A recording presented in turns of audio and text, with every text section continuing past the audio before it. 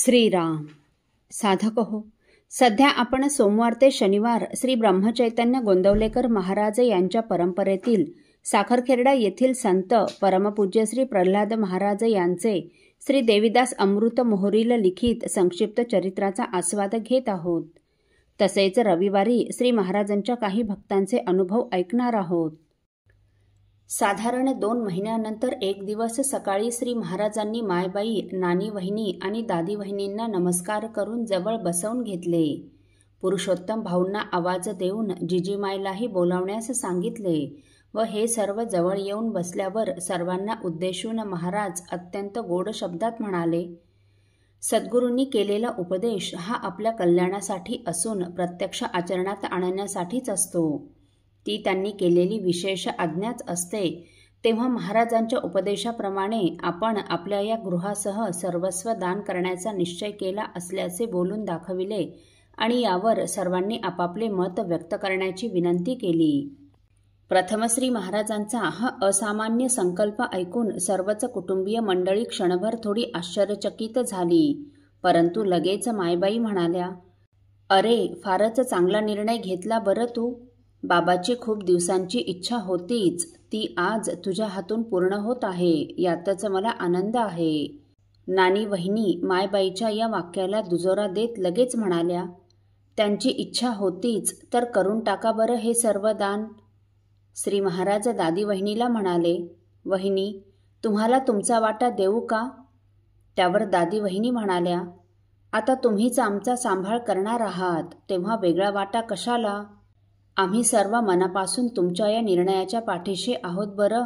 माझं याहून वेगळं मत नाही. पुरुषोत्तम भाऊ तर लक्ष्मणाप्रमाणे हात जोडून महाराजांच्या मागे उभेच होते. घरातील सर्वच कुटुंबीय मंडळी श्री महाराजांवर निरातिशय प्रेम करणारी होती. महाराज कुठलाही निर्णय विवेकपूर्वकच घेणार अशी त्यांची पक्की खात्री होती. शिवाय श्री रामानंद महाराजांवर त्यांचा पूर्ण भरवसा होता, दृढ विश्वास होता. म्हणूनच सर्वांनी श्री महाराजांच्या या निर्णयाला मनापासून होकार दिला. शुभस्य शीघ्रम या वचनाप्रमाणे शुभकार्य करण्यासाठी मुहूर्त पाहण्याची काय आवश्यकता? आणि योगायोगाने आजचा दिवसही अत्यंत पवित्र आहे. शिवाय सर्वांचा मनापासून होकार आलेला पाहून या निश्चयाचे अवलंबन शीघ्रातिशीघ्र करावे असे महाराजांनी ठरविले. म्हणून लगेच श्री महाराजांनी गावातील ब्रह्मवृंद, पुरोहित आणि अन्य प्रतिष्ठित मंडळीस घरी पाचारण केले. महाराज गृहासह सर्व वस्तूंचे दान करणार ही गोष्ट वाऱ्यासारखी सर्वत्र गावभर पसरली. गावातील बहुतेक लोकांनी अशी गृहदानाची गोष्ट कधी ऐकलीच नव्हती, तर मग प्रत्यक्ष पाहण्याचा प्रश्नच येतो कुठे?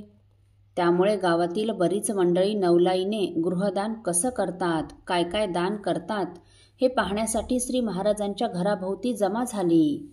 सध्या श्री महाराजांच्या घराभोवती असं म्हणता येतं, थोड्या वेळाने तर तसं म्हणताही येणार नाही. श्री महाराजांनी ब्रह्मवृंद, पुरोहित व इतर प्रतिष्ठित मंडळी आल्यानंतर सर्वांना घरात बसवून व या सर्वांसह सर्वच ज्येष्ठ मंडळींना हात जोडून अत्यंत नम्रपणाने नमस्कार केला व या सर्वांकडे दृष्टी टाकीत म्हणाले, आम्ही आज गृहाधिक सर्वस्व दानाचा निश्चय केला असून तो आपणा सर्वांना विदित व्हावा, कळावा म्हणून आपणास बोलाविले आहे. तसेच ब्रह्मवृंदासह आलेल्या सर्वांनाच या दानाचा स्वीकार करता यावा व ब्रह्मवृंदांनी या दानाचा संकल्प सांगावा म्हणून बोलाविले आहे. तेव्हा तिथे आलेल्यांपैकी काहींनी गृहदान म्हणजे नेमके काय, काय काय आणि कशा कशाचं दान करणार आहात आपण, असे महाराजांना विचारले. तेव्हा अत्यंत विनम्रतेने श्री महाराज म्हणाले, गृहदान म्हणजे घर, घरातील सर्व वस्तू, भांडीकुंडी, कपडा लत्ता, धान्य, दागदागिने, पैसे, शेतीवाडी हे सर्वच दान करायचे आहे. तेव्हा आपण तसा संकल्प सांगावा. हे सर्व ऐकून घेतल्यावर श्री महाराजांचे मित्र, स्नेही मंडळी, वडील बंधूंचे जीवश्च कंठश्च मित्र व त्यांच्यावर मनापासून प्रेम करणारी मंडळी महाराजास म्हणाली, हे असं सर्वस्वाचं दान करणं आम्हाला योग्य वाटत नाही. अहो, या सर्व कुटुंबाची संपूर्ण जबाबदारी तुमच्यावरच आहे, म्हणून आमचं ऐका, कुणाचं तरी ऐकून असं भलतंसलतं काही करू नका. कुणी म्हणाले, तुम्ही तर दान करून मोकळे व्हाल, परंतु या सगळ्यांचं कसं होईल? कुठे जातील हे? कोण करील त्यांचा सांभाळ? याचा विवेकपूर्वक विचार करा आणि हा गृहासह सर्वस्व दान करण्याचा अविचार तात्काळ सोडून द्या. परंतु आमचे महाराज दृढ निश्चयी होते, किंबहुना निश्चयाचे महामेरूच होते. श्री रामानंद महाराजांच्या आज्ञेचे पालन करण्याचे त्यांनी निश्चयात्मक बुद्धीने ठरविले होते. श्री महाराजांच्या वचनावर त्यांचा पूर्ण विश्वास होता, दृढ श्रद्धा होती, म्हणून त्यांचा हा निश्चय अढळ होता. हे सर्व ऐकून महाराज म्हणाले, माझे सद्गुरू श्री रामानंद महाराज माझ्या पाठीशी आहेत. रामाचं नाव घेऊन भिक्षा मागून आनंदात राहू आम्ही. हा संसार त्याचा आहे, त्याच्याच सत्तेने चालतो, तेव्हा तो सांभाळून घेईल असा माझा दृढ विश्वास आहे. असं म्हणून ते अंतर्गृहात गेले. असो साधक हो, पुढील भागात देखील आपण परमपूज्य श्री प्रल्हाद महाराजांच्या गृहदानासह सर्वस्वाच्या दानाचा प्रसंग ऐकणार आहोत. श्रीराम समर्थ.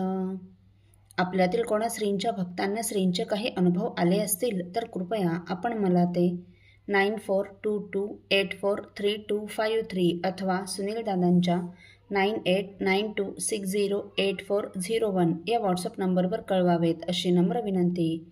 श्रीराम समर्थ.